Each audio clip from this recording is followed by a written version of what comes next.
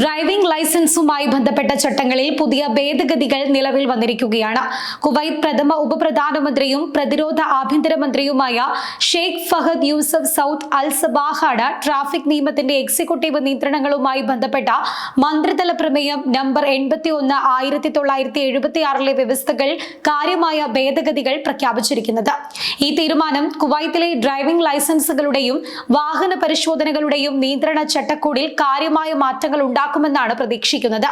പരമാവധി 7 യാത്രക്കാരെ കയറ്റുന്ന സ്വകാര്യ കാറുകൾ, 2 ടൺ വരെ ലോഡ് കപ്പാസിറ്റി ഉള്ള ട്രാൻസ്പോർട്ട് വാഹനങ്ങൾ, ടാക്സികൾ എന്നിവ ഓടിക്കാനുള്ള സ്വകാര്യ ഡ്രൈവിംഗ് ലൈസൻസ് കുവൈറ്റുകൾക്കും GCC പൗരന്മാർക്കും 15 വർഷത്തേക്ക് സാധുതയുള്ളതായിരിക്കും എന്നാണ് പുതിയ ഭേദഗതിയിൽ പറയുന്നത്.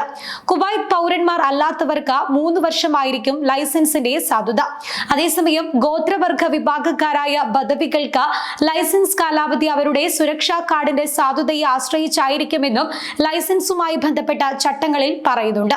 25ലധികം യാത്രക്കാരുള്ള പാസഞ്ചർ ട്രാൻസ്പോർട്ട് വാഹനങ്ങൾ, പൊതുഗതാഗത വാഹനങ്ങൾ, ലോക്കോമോട്ടീവുകൾ, ട്രെയിലറുകൾ, സെമി ട്രെയിലറുകൾ, 8 ടണ്ണിൽ കൂടുതലുള്ള വാഹനങ്ങൾ തുടങ്ങിയവ ഓടിക്കുന്നവർക്കുള്ളതാണ് കാറ്റഗറി A ലൈസൻസുകൾ എന്നത്.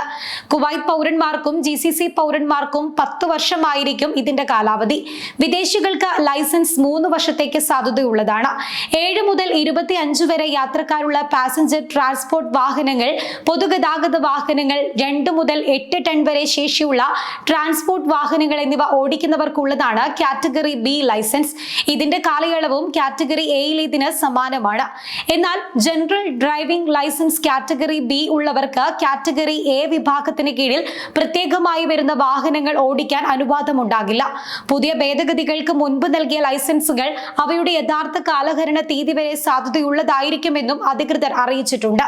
പുതുതായി വാങ്ങുന്ന വാഹനങ്ങളും മോട്ടോർ സൈക്കിളുകളും വാങ്ങി 3 വർഷത്തിന് ശേഷം ആദ്യത്തെ സാങ്കേതിക പരിശോധനയ്ക്ക് വിധേയമാക്കണം. തുടർന്ന് ആദ്യത്തേതിന് ശേഷം 3 വർഷത്തിൽ ഒരിക്കൽ പരിശോധന നടത്തിയിരിക്കണം.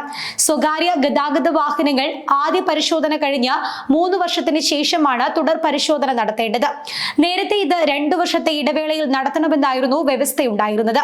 അതേസമയം കുവൈത്തിൽ ഡ്രൈവിംഗ് ലൈസൻസ് പുതുക്കൽ പൂർണ്ണമായും ഓൺലൈൻ ആക്കിക്കൊണ്ട് ഈയിടെ അധികൃതർ തീരുമാനം പ്രഖ്യാപിച്ചിരുന്നു.